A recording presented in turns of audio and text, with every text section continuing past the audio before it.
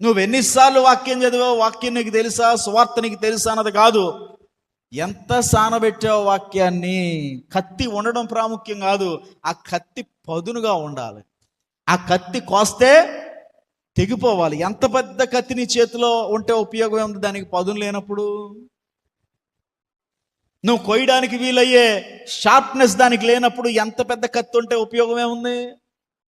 నీ చేతిలో ఎంత పెద్ద బైబిల్ ఉంటే ఉపయోగమే ఉంది? ఎన్నిసార్లు నువ్వు బైబిల్ చదివితే ఉపయోగమే ఉంది? దాన్ని సానబెట్టావా? దాన్ని ధ్యానం చేసావా? దాన్ని లోతుగా అధ్యయనం చేసావా? ఇంటిల్లబాది కూర్చుని ఒక వచనాన్ని పట్టుకుని దాన్ని నానబెట్టి అందులో సారాన్ని పిండి నీ పిల్లలకు పోస్తున్నావా?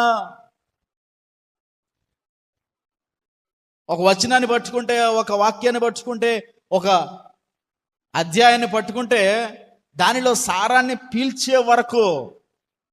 చెరుకాడ తిన్నారా మీరు అందరూ? ఎంతమంది తిన్నారు? తినన్న వారి సంగతి మరి కొంతమంది తినలేదు ఇక్కడ. సరే, ఎముకలు తిన్నారా? ఎముకలు అయ్యేనా తిని ఉంటారు కదా. నవ్వులేరు ఎప్పుడైనా ఎముకని? నవ్వులేరా? ఉడకబెట్టిన ఎముక నవ్వులి నవ్వులి నవ్వులి నవ్వులి నవ్వులి నవ్వులి నవ్వులి. దాన్ని ఓస్తే మళ్ళీ కుక్క కూడా తింది అలా నవ్వు. దాన్ని నవ్వులి నవ్వులి నవ్వులి నవ్వులి నవ్వులి ఆఖరికి ఎముక ఎదురంటే పౌడరే వస్తుంది నోట్లోంచి, ఎముక కనబడు. చెరుక్కడ తిన్న వాళ్ళకి కూడా అంతే పరిస్థితి. దాన్ని పిప్పు పిప్పు పిప్పు పిప్పు అందులో ఒక్క చొక్క మిగిలిన ఊడిచిపెట్టరు అనమాట. సారాన్ని పేల్చడం అంటారు దాన్ని. ఈ వాక్యం కూడా అలాంటిది. దేవునికి స్తోత్రం.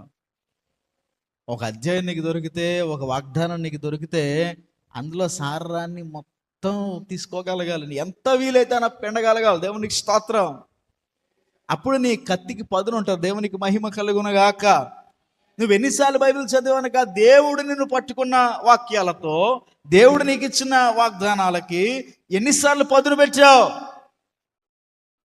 ఇంగ్లీష్లో ఒక మాట ఉంది,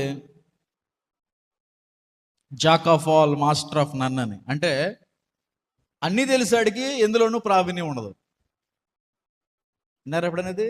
కొంతమందికి అన్నీ తెలుస్తాయి, ఏ పని చెప్పు అందులో వాడికి కొంచెం నాలెడ్జ్ ఉంటుంది, కానీ ఎందులోనూ సంపూర్ణత ఉండదు వాడికి. ఏది పూర్తిగా రాదు, అన్నీ సగం సగం పనులే. ఒకసారి martial arts king, god of martial arts అంటారు బ్రూస్లీ. తెలుసా మీకు బ్రూస్లీ? ఎవరికైనా బ్రూస్లీని ఇంటర్వ్యూ చేస్తూ అన్నారంట, నీకు మార్షల్ ఆర్ట్స్ అంతా బాగా వచ్చు కదా, మార్షల్ ఆర్ట్స్లో మీరు దేవుళ్ళు లాంటి వారు కదా, గాడ్ ఆఫ్ మార్షల్ ఆర్ట్స్ అంటారు కదా మిమ్మల్ని భయపెట్టే ఫైటర్ ఎవరు మిమ్మల్ని భయపెట్టేది? జెట్లీ భయపెడతాడా? Jackie Chan భయపెడతాడా? ఎవరు మిమ్మల్ని భయపెట్టే ఫైటర్ ఎవరు అంటే బ్రూస్లీ అన్నాడంట, నేను మార్షల్ ఆర్ట్స్ అంతా వచ్చినోడికి భయపడను, కానీ ఏదైనా ఒక్క కిక్ తెలిసి దాన్ని 1000 సార్లు ప్రాక్టీస్ చేసేవాడికి మాత్రం నేను భయపడతాను.